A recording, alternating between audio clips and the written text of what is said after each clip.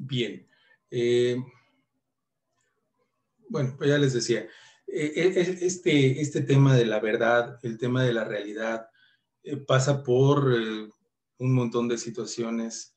Les comentaba también Vygotsky, un psicólogo ruso, Lev Semyonovich Vygotsky. Él habla acerca de la construcción de la realidad como un modelo sociocultural. Y me parece que esta cuestión también es innegable, es irrebatible. ¿Por qué nosotros tenemos hoy la posibilidad de construir una mejor realidad? Entre comillas, esto de mejor. Porque supone que tenemos una mejor percepción de lo que está pasando. La pregunta sería, ¿y realmente la tenemos? No lo sé. No lo sé, pero me gusta pensar que sí. Y me gusta pensar que lo que hacemos, que el hecho de que hoy estemos aquí reunidos, es porque nos permite tener una mejor perspectiva el tener un mejor conocimiento, una mejor percepción. Ok. Bien. Me regreso un poquito con nuestros compañeros latinos y decíamos, surgen algunas pandectas, todas estas recopiladas en el Digesto. Y estas pandectas son esta forma de tratar de positivar los principios. ¿Qué es justicia? ¿Recuerdan? Ulpiano. Justicia est juris vinculum, un vínculo jurídico. Justicia es un vínculo jurídico. Y después dice que nos constriñe, nos obliga a dar a cada quien lo que le corresponde. Justicia y moralidad. Y concluye diciendo, conforme a las leyes de nuestra ciudad.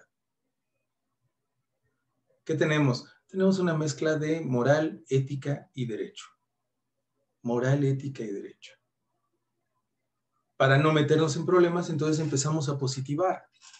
Si hoy nos pusimos de acuerdo, por ejemplo, que entramos a las 7 de la mañana, parece que deberíamos haber firmado un acuerdo. Es decir, positivamos esta cuestión de carácter moral.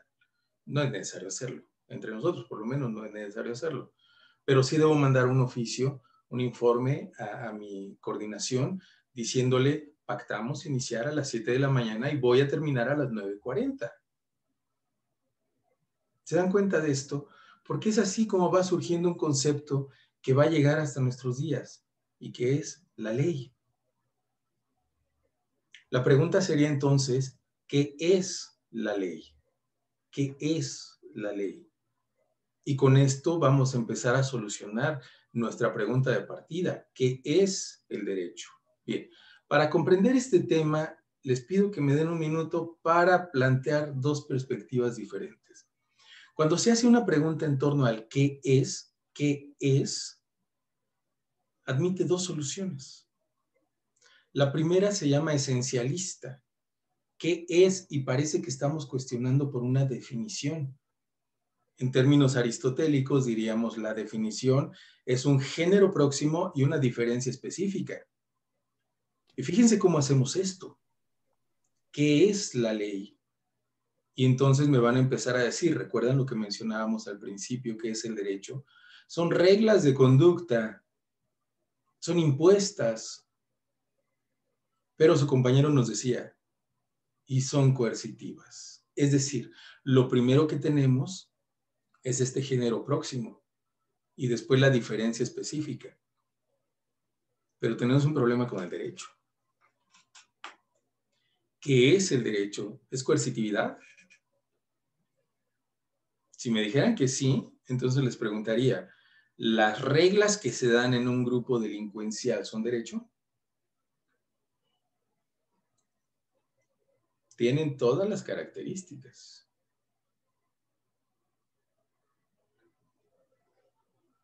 Parece que no. Tiene un factor moral todavía ahí que nos pega. Bien, ¿las reglas de las madres en la familia son derecho? Podemos cuestionar el mundo, podemos cuestionar a los maestros, pero a la madre jamás. La madre dice, este trapo rojo que estás viendo aquí es verde, punto, no tiene vuelta de hoja. ¿Y entonces eso es derecho?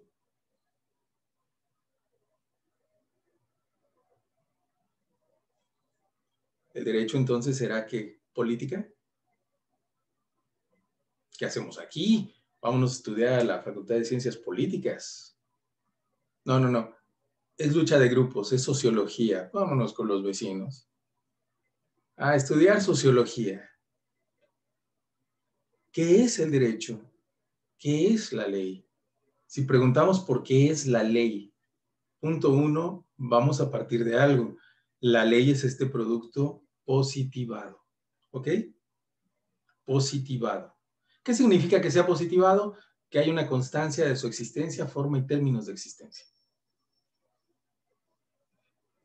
¿Qué sería la ley? Porque va a ser muy similar al derecho. La ley ahora sería un enunciado universal, heterónomo, coercitivo, que regula conductas humanas. ¿Y eso es la ley? Es decir, ¿podríamos separar nosotros esta ley de los principios que la generaron?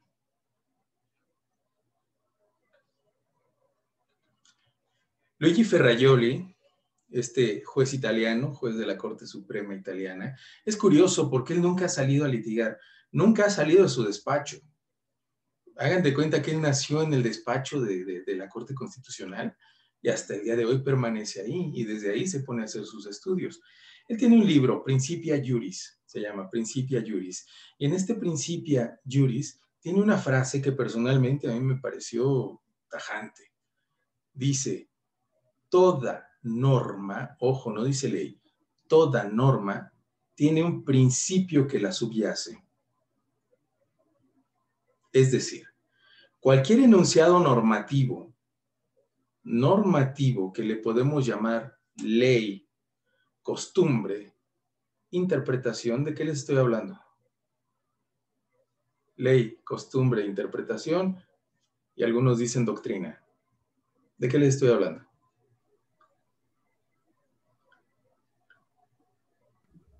De las fuentes. Fuentes formales del derecho, efectivamente. Las fuentes formales del derecho.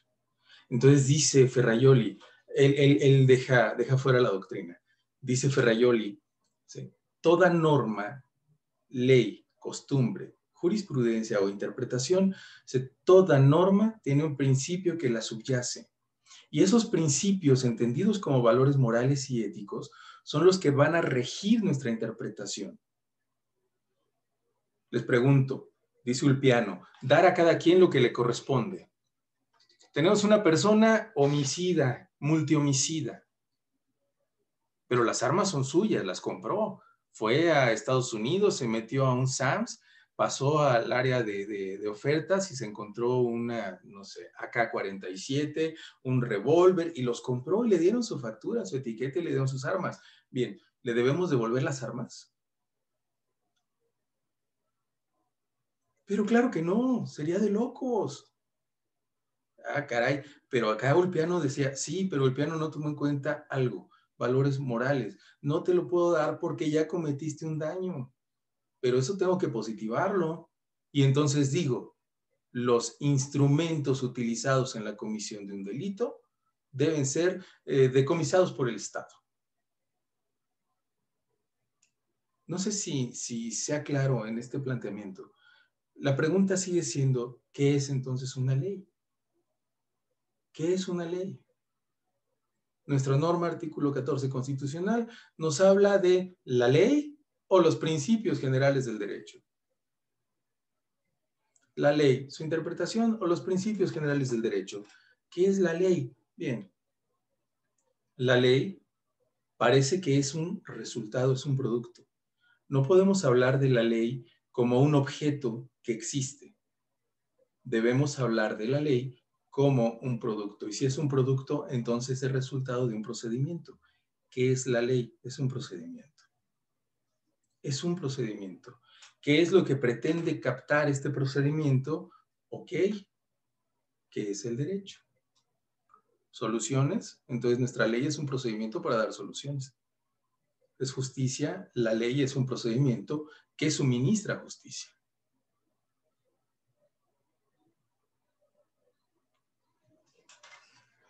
Es un procedimiento, vamos a partir de ahí.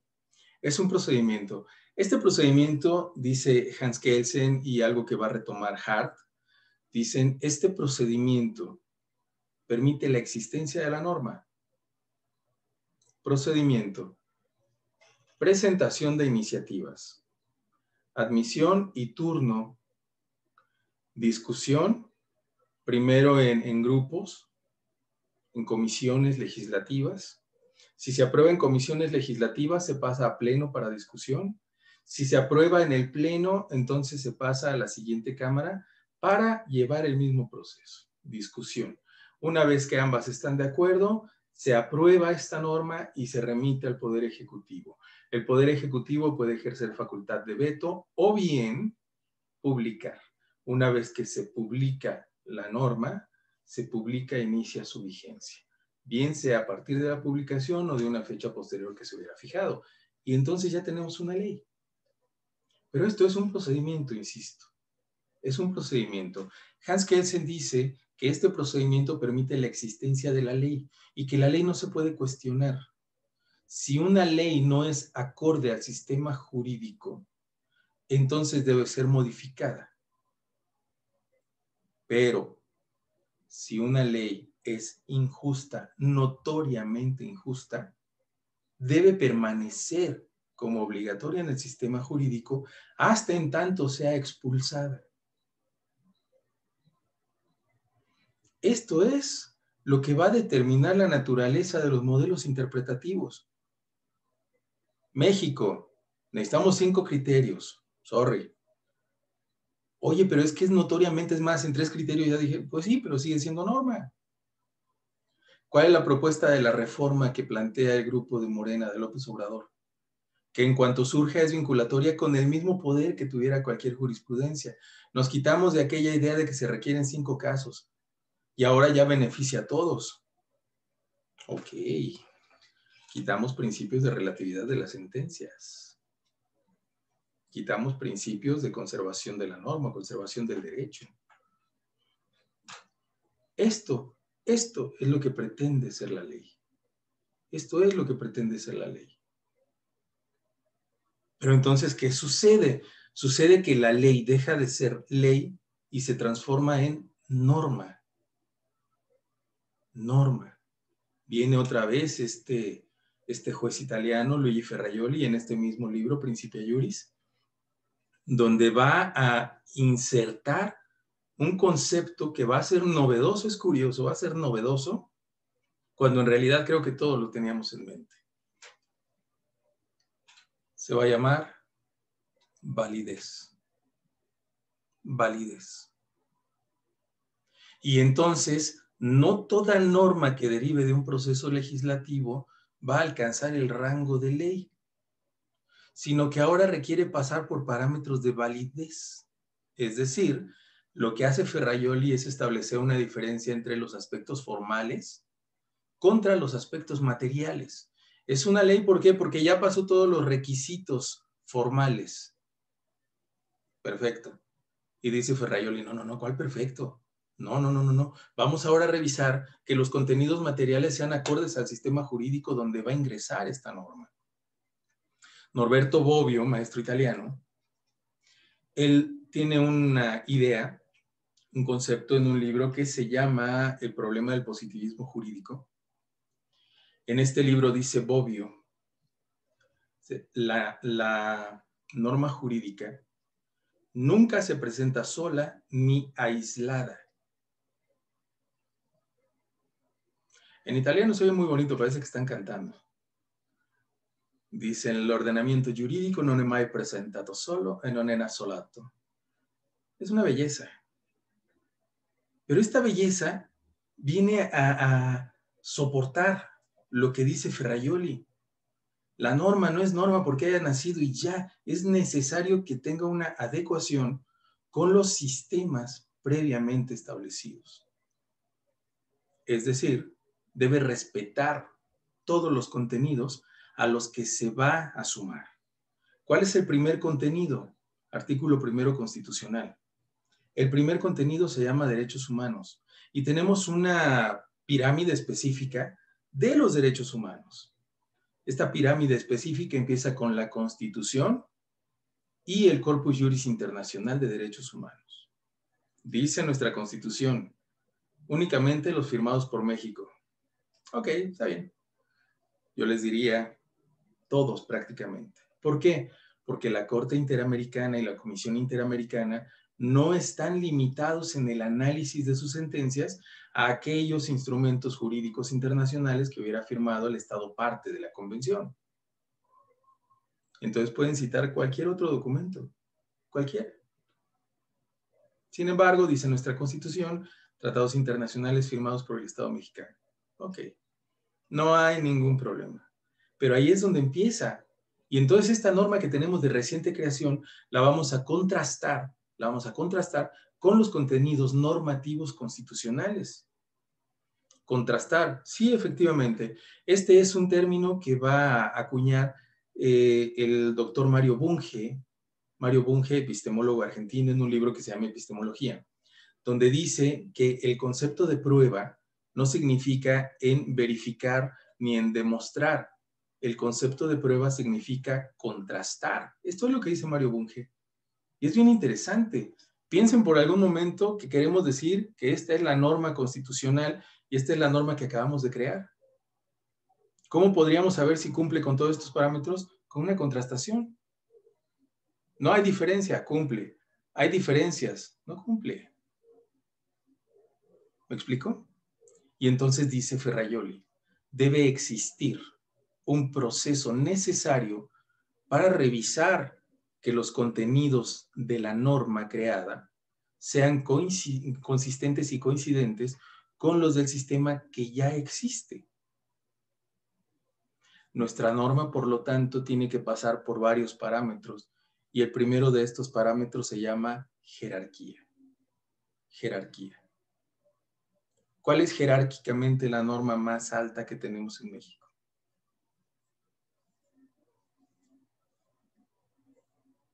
Artículo primero constitucional. La norma más alta es Constitución y tratados internacionales sobre derechos humanos. A nivel general, ¿cuál es la norma más alta que tenemos? Quitemos derechos humanos.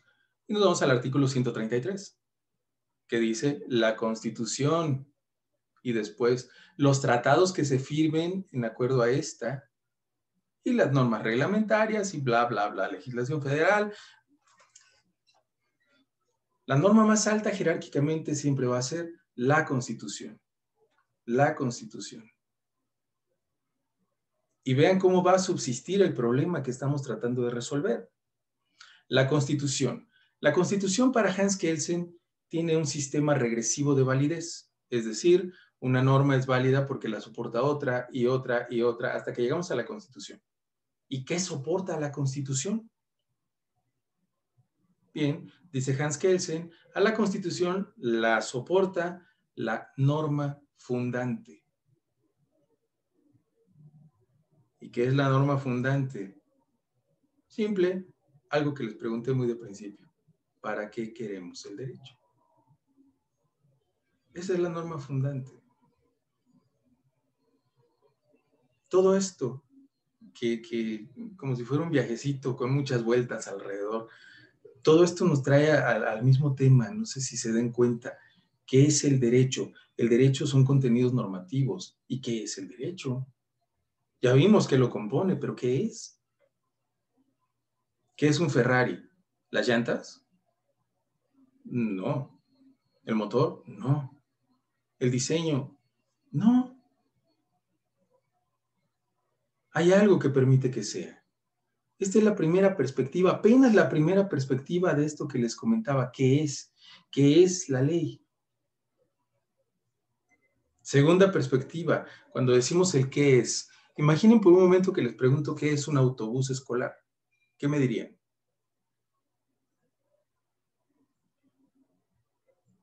Un medio de transporte. Ok, ¿qué más? Ahí puedo poner una bicicleta y no es un autobús escolar. Para estudiantes. Para estudiantes, ¿qué más? Es una solución. Es una solución. ¿Qué más?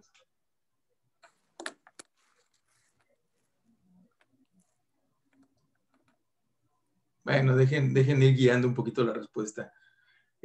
Tamaño, ¿de qué tamaño es un autobús escolar? Grande. Grande.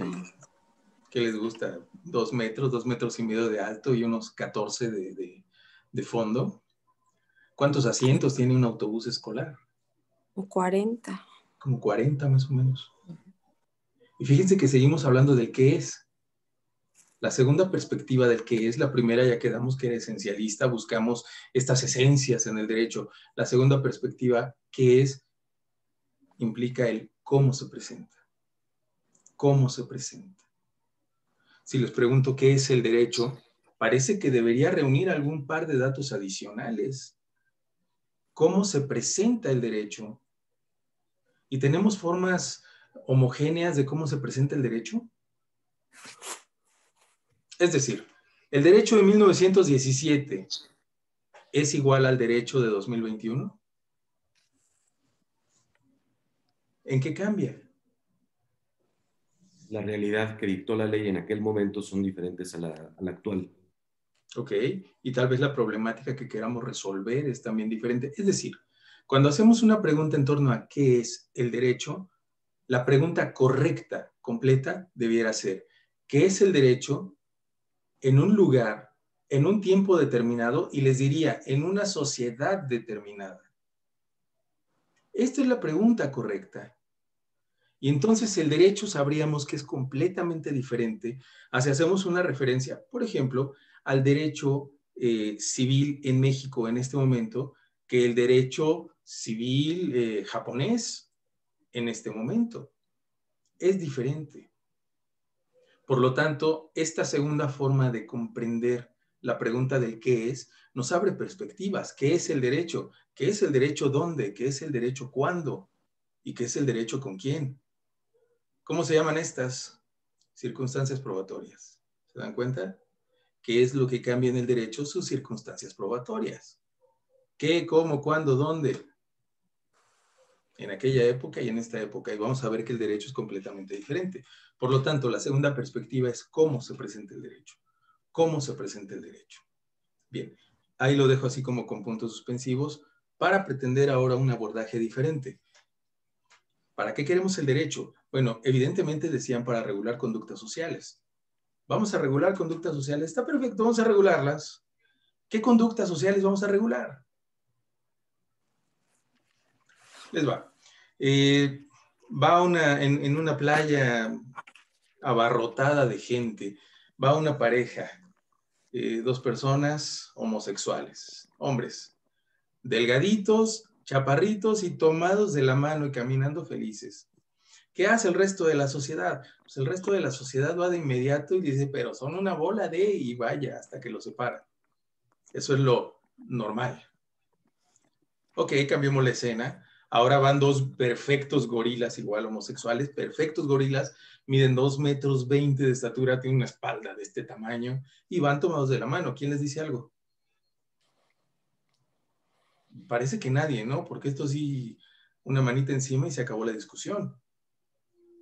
Entonces, ¿qué problemas son los que resolvemos? Las problemáticas que consideramos plantear, es decir, las problemáticas que yo veo, que yo percibo. Y esta es una visión hegeliana de esta idea, ¿no? Tomo las cosas, las cambio y cuando cambian las cosas, cambio yo. ¿Ok? ¿Vamos a regular todo tipo de conductas? ¿O regularemos únicamente conductas que puedan poner en riesgo a alguien en una sociedad? No me voy a meter en mayor discusión con esto, que es un tema que da para mucho, y voy a pensar en esto. Lo que resolvemos o tratamos de resolver a través del derecho son estas problemáticas sociales. Problemáticas sociales significa algo que pueda lesionar a otro. Esto es lo que regulamos, ¿ok? Esto es lo que regulamos. ¿Cuál es el punto de partida? El punto de partida es kantiano, 100%. Insisto, ¿qué derechos tengo? Tengo los derechos que reconozco en el otro. Y entonces, si creo tener un problema, el otro también puede tenerlo, por lo tanto lo vamos a regular. Ya, no nos metemos en mayor discusión en este momento. Vamos a resolver una problemática a través del derecho.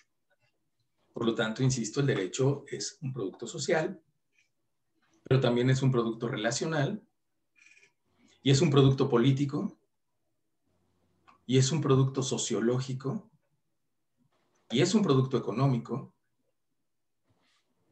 y es un producto psicológico. Desde luego, desde luego. El derecho, y esta es la perspectiva de Mario Bunge, dice, no es una ciencia, es más, ni siquiera los juristas se pueden poner de acuerdo en qué es el derecho. Y tiene razón. La pregunta sería, que este fue un debate que tuve precisamente con el doctor Tamayo, la pregunta sería, ¿nos importa saber qué es el derecho? ¿Nos importa saber si es una técnica, o si es una ciencia, o si es un arte? ¿Desde dónde importa? ¿Desde cómo nos van a llamar? ¿Científicos del derecho? Ah, caray, claro. Técnicos del derecho, ya no me gustó tanto. Artistas del derecho, pero por supuesto hago unas obras maravillosas con el derecho. ¿Y esto cambia la naturaleza del derecho? No. Cambia mi forma de percibir el derecho. Me regreso. Teorías de la percepción. Pero el derecho sigue siendo derecho. Vaya. Esto es hipotético. Tengo una novia que es una modelo sueca. Esta modelo sueca mide 1,40 de estatura. La cintura, que es, bueno, muy atrayente, es como de 1 metro, más o menos. Esa es la cintura. Tiene ojos bailarines 100%. La mitad del cabello le sale muy bonito y la otra mitad es calva totalmente. A mí me parece que es una belleza. ¿Alguien podría debatir? No, no. ¿Por qué? Porque es mi percepción, no es su percepción. Y entonces podemos tener a nuestra pareja y pensar que es el hombre más guapo y maravilloso o la mujer más bella de este mundo. ¿Y nos importa lo que diga la gente? Desde luego que no. ¿Por qué? Porque al final de lo que digan sigue siendo mi percepción, mi idea. El problema es cuando esto lo tenemos que someter a estándares. Y entonces llegamos a un punto. Toda norma es un estándar. Toda norma es un estándar. Es el derecho. ¿Es un grupo de estándares? Bien. ¿Estándares de conducta? Bien. ¿Estándares de sanciones? Bien. Y estándares políticos, sociológicos, económicos, psicológicos. Todo es un estándar. Ese es el derecho. Pero insisto, cuando menciono esto, estoy hablando de mi perspectiva. Pero eso no cambia lo que es. El derecho es. El derecho es. ¿Cuál es el problema fundamental del derecho? Que el derecho es una ficción. El derecho es una ficción. Por eso nos permite crear y modificar y mover y hacer todo cuanto queramos. El derecho es una ficción. ¿Alguien ha visto una compraventa? Pero todos hemos visto un contrato de compraventa. ¿Alguien ha visto una propiedad? Pero todos hemos visto un título de propiedad. ¿Alguien ha visto una posesión? Pero todos hemos visto los efectos de la posesión. Entonces, ¿qué hacemos? Pues lo que hacemos es tomar estas figuras, entrecomillado, imaginarias y asignarles alguna consecuencia. Esto sigue siendo derecho. Sigue siendo derecho. Pero si tenemos estas conductas, si tenemos estas creaciones, ahora enfrentamos otro problema. ¿Cómo los vamos a dotar de una corporeidad? Bien, tendremos que someter estos intentos de regulación a otras reglas mínimas que se llaman lógica. Lógica. Por lo tanto, la ley no solo es un proceso, no solo es una solución, no solo es justicia, no solo son contenidos, sino que la ley también son procesos lógicos. ¿Me explico hasta aquí? ¿Sí o ya los perdí hace media hora?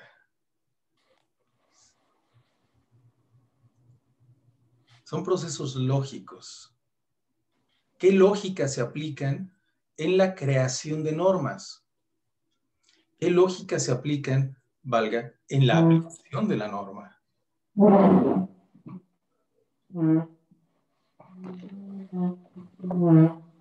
Lógica formal, social. lógica de personas, lógica social, lógica de enunciados, lógica apofántica. Claro. Pero también hay otras lógicas que son igual de importantes. Lógica modal. Cuando hablamos de la lógica modal, establecemos modos de conducta. Lógica deóntica. Los deones con los griegos eran aquellas obligaciones morales que teníamos y que van a retomar después los romanos con sus pandectas. Y la última, de George Kalinowski, lógica de normas. Bien, si hasta aquí no se me han dormido y estamos siguiéndonos, empezamos realmente con la nada total. Y de esa nada total que fue el lenguaje y como mencionaba alguien más, el día de hoy llegamos a crear contenidos normativos que son capaces de regular no solo conductas, sino sociedades enteras. Sociedades enteras. Pero vamos a abordar otro tema que, si gustan, ya lo dejamos para la próxima sesión, que son las lógicas en el derecho. Lógicas en el derecho. ¿Sí? Lo que tenemos hasta este momento es la norma, insisto, como concepto de derecho civil. Tenemos que aterrizarla todavía, pero ya empezamos a generar a la ley, que más que ley debemos hablar de la norma, contenidos normativos. La ley puede ser una cosa, su contenido normativo tiene que pasar por parámetros específicos. Esta especialidad en derecho notarial tendría que partir de un cuestionamiento. Y ese cuestionamiento es, voy a suponer que todos son notarios. La pregunta es, ¿pueden omitir el cumplimiento de una norma? encuentran una norma y se percatan de que es injusta. ¿Pueden omitir su cumplimiento? Porque si pueden omitir su cumplimiento, entonces tenemos que variar nuestro análisis y dejar la norma en el aspecto formal para estudiar contenidos normativos, y tendríamos que partir de derechos humanos, libertad, autonomía de la voluntad. Si no podemos hacer estos cambios, entonces esta primera parte la dejaremos para más adelante, teorías contractuales, y nos quedaremos ahora con lo formal. Tenemos que ver nuestras normas hasta dónde llegan. Y si mi norma dice, notario, tienes que firmar con tinta roja, se ve horrible, es una grosería, pues firma con tinta roja, punto. ¿Me alcanzo a explicar hasta este momento? ¿Tenemos dudas hasta aquí? Bien. Toda esta primera parte, todo lo que platicamos hoy, es un modelo de acceso a lo que es nuestra norma. Hay una teoría completa, teoría de la norma jurídica, donde nos permite analizar cada una de estas figuras. ¿Qué es en sí lo muy, muy interesante para mí? Uno, entender que creamos las normas. El derecho no es algo inmutable, no es algo que existe y que ahí está. El derecho es algo que va cambiando. Y que el día de hoy, a partir de estas corrientes que toma la Corte de libre desarrollo de la personalidad, pues parece que nos da algunas perspectivas para reinterpretar muchas normas. Tristemente o felizmente, como quieran verlo, esta especialidad no nos da mucho margen de movimiento.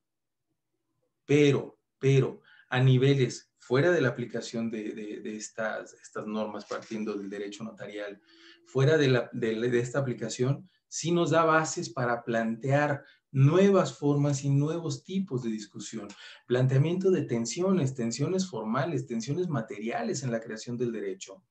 Les comento algo. Aquí se da una reforma constitucional y todo el mundo sigue igual. Es decir, quien la propuso sigue ahí en su curul viendo a ver qué otra tontería se les ocurre. Los órganos constitucionales autónomos están estorbando al desarrollo de la sociedad. Por favor, es una forma de protección. No, señor, vamos a quitarlos. ¿Qué sucede en España? En España, cuando se plantean este tipo de reformas de gran calado, tiene una consecuencia inmediata.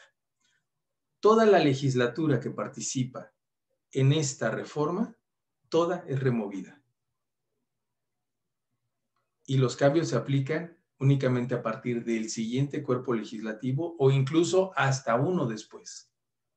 Eso sería una maravilla, ¿no? Vamos a cambiar, sí, pero no lo aplicamos ahorita, lo aplicamos hasta después. Que venga alguien nuevo y que lo valore. No vas a sacar beneficios en este momento de esta reforma. Es una maravilla.